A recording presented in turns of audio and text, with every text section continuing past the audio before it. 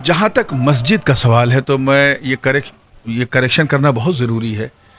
मस्जिद के दीवार को, उसके दर को, उसकी चौखट को, उसके दरवाजे को तो हम तोड़ सकते हैं, मस्जिद को कभी नहीं तोड़ा जा सकता, क्योंकि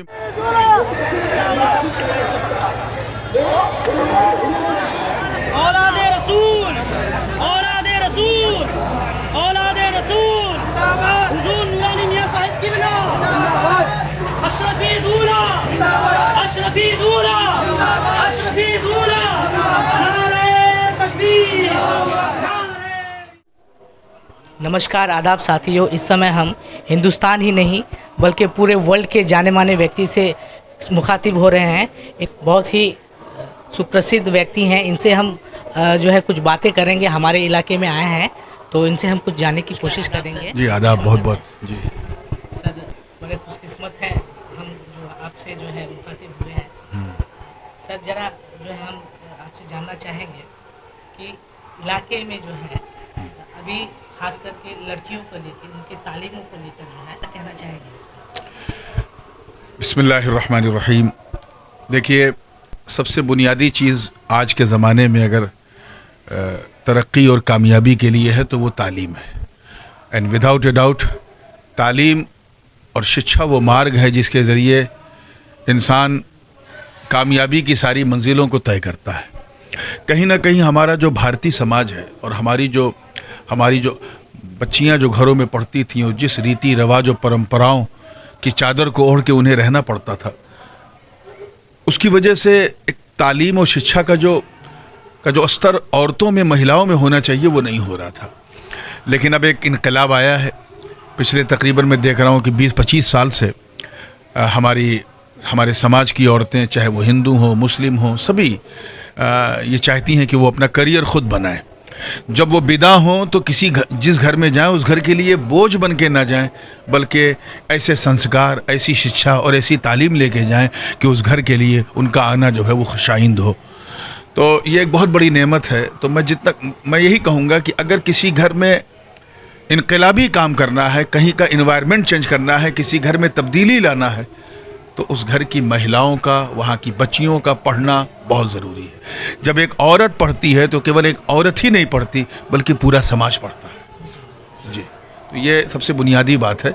और उसके लिए स्कूल के साथ साथ दीनी तालीम भी बहुत ज़रूरी है, ताकि औरत जो है जिस मज़हब में प्रैक्टिस कर रही है, अगर वो मुस्लिम है तो शी मस्ट नो कि क्या रियलिटी है, क्या रिस्पॉन्सिबिलिटी है as a Muslim, as a human being, as a Indian. तो इस तरह से जो है मैं समझता हूँ कि दीनी तालीम का इम्तिज़ाज इसके साथ बहुत बहुत अनिवार्य है। सर, एक सवाल और, राम मंदिर का जो है ये होता है, वहाँ पे जो है जामा मस्जिद को तोड़ के जो है बाबरी मस्जिद को तोड़ के किया गया, और भी दीगर मस्जिदें, ज्ञान वापी हो गया, दीगर और भी मस्जिदों को जो है इस तरह से जो है किया जा रहा है इस हुक्मरान में, क्या कहना चाहेंगे? देखिए, जो हुआ वो बहुत ही, मैं साफ कहता हूँ, बहुत ही दुर्भाग्यपूर्ण था, क्योंकि हमारा देश जो है वो हमेशा करुणा के लिए, मोहब्बत के लिए और हमारी जो गंगा जमुनी तहजीब है, जो कल्चर है, उसके लिए जाना पहचाना जाता है। लेकिन कुछ फैसिश ताकतें हैं, कुछ ऐसी मानसिकता वाले लोग हैं जो इस अखंड भारत को खंडित करने की कोशिश करते हैं, और उसी क्रम में कई इस तरह के काम हुए, जिनमें से एक काम ये भी हुआ। जहाँ तक मस्जिद का सवाल है तो मैं ये करेक्शन करना बहुत ज़रूरी है। मस्जिद के दीवार को, उसके दर को, उसकी चौखट को, उसके दरवाजे को तो हम तोड़ सकते हैं, मस्जिद को कभी नहीं तोड़ा जा सकता, क्योंकि मस्जिद का वजूद तहतुस्सरा से लेके अर्श इलाही तक है। अब देखिए, खाने काबा अल्लाह का घर है, हमारी मस्जिद है, और हर मुसलमान उसी की तरफ मुंह करके पढ़ता है। अब अगर कोई हवाई जहाज़ में उड़ रहा है, उसे प्लेन में नमाज़ पढ़ना है, कोई हवाई जहाज़ में उड़ रहा है और उसे प्लेन में नमाज़ पढ़ना है, तो वो भी काबा ही की तरफ मुंह करेगा, जबकि काबा नीचे है और वो 33,000 फीट ऊपर है। तो ऐसा नहीं है। मस्जिद जहाँ होती है वहाँ से लेकर आसमान की आखिरी हद तक वो मस्जिद ही मस्जिद होती है, क्योंकि मस्जिद किसी की प्रॉपर्टी नहीं होती, वो वक्फ लिल्लाह होती है। तो ये बात सही है कि उसकी दीवारों को, उसके गुंबद को, उसके मीनार को तोड़ दिया गया। वहाँ एक नहीं, 1000 नहीं, 1,00,000 बुत रख दिए जाएं, तब भी वो मस्जिद मस्जिद है, क्योंकि वो शुरू में अल्लाह के नाम पे वक्फ हो चुकी थी। सिर्फ एक ही कंडीशन है किसी ज़मीन को मस्जिद ना कहने का, कि अगर किसी की कब्ज़े वाली ज़मीन या किसी की ज़मीन को हमने धोखे से हथिया करके उस पर मस्जिद बनाया, तो इस्लाम साफ कहता है ऐसी जगहों पे मस्जिद बनाना जायज़ नहीं, बन गई तो वो मस्जिद नहीं है। तो इस चीज़ को लेकर मैं अपने देशवासियों से यही कहूँगा कि इसमें सियासत ना करें। भारत की संस्कृति और यहाँ की परंपरा और सभ्यता में श्री रामचंद्र जी का भी एक बहुत कलीदी रोल है। बल्कि अल्लामा इकबाल ने तो उन्हें इमामुल हिंद कहा, और हिंदुस्तान की जो गंगा जमुनी तहजीब है वो कहीं ना कहीं अयोध्या, मथुरा, काशी की तर्जमानी करती है।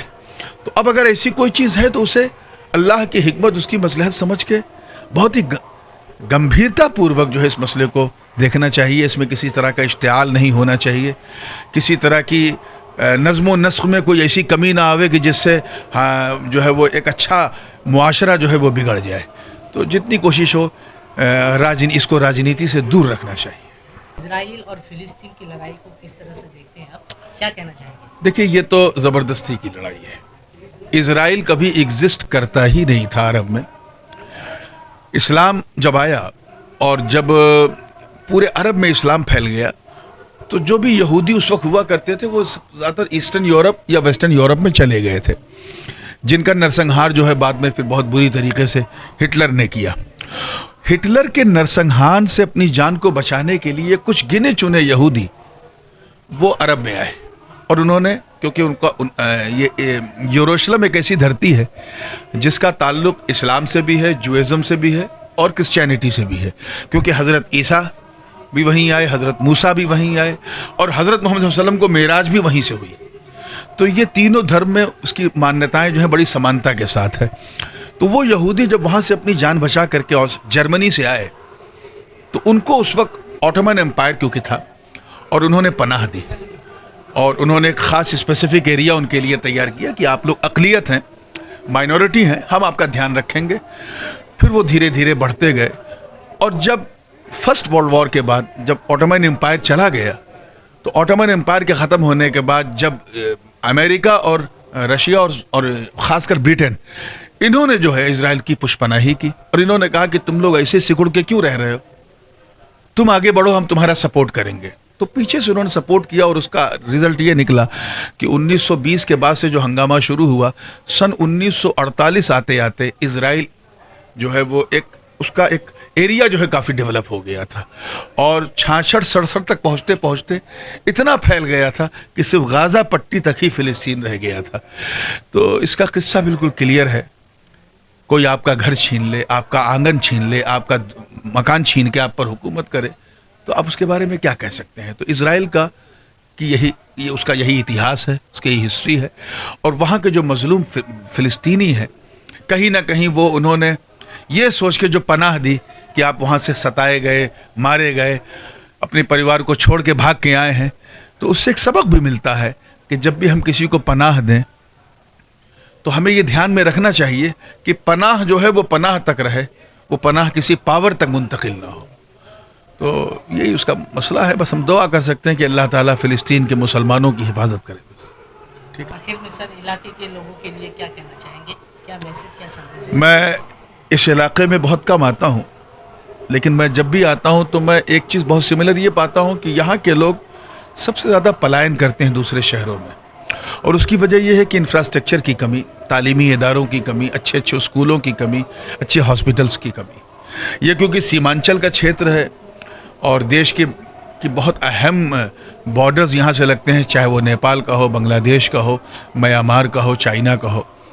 यहाँ के बच्चों को चाहिए कि वो अगरचे बाहर तालीम हासिल करके आएँ, लेकिन जब यहाँ पहुँचें तो यहाँ पर उन्हें अपने तालीमी अच्छे स्कूल, कॉलेजेस, अच्छा इंफ्रास्ट्रक्चर डेवलप करें, चाहे प्राइवेट सेक्टर में करें। ज़्यादा से ज़्यादा यहाँ तालीम पर ध्यान देना चाहिए, और महिलाओं को खुसूसी तौर पे तालीम, और कोशिश ये करें कि जिस इलाके में आप रहते हैं, जाहिर है कि ये बरसात में बाढ़ ग्रस्त एरिया है और यहाँ बहुत सारे रिसोर्सेज की कमियाँ हैं, तो कोशिश ये कीजिए कि इसे अच्छे तरीके से आप बनाएं, अपनी बात को सरकार तक पहुंचाएं, गवर्नमेंट तक पहुंचाएं, और जो कमियां हैं, जितने भी जागरूक लोग हैं समाज के, वो उसे और से और उजागर करने की कोशिश करें। ठीक है, बहुत बहुत धन्यवाद।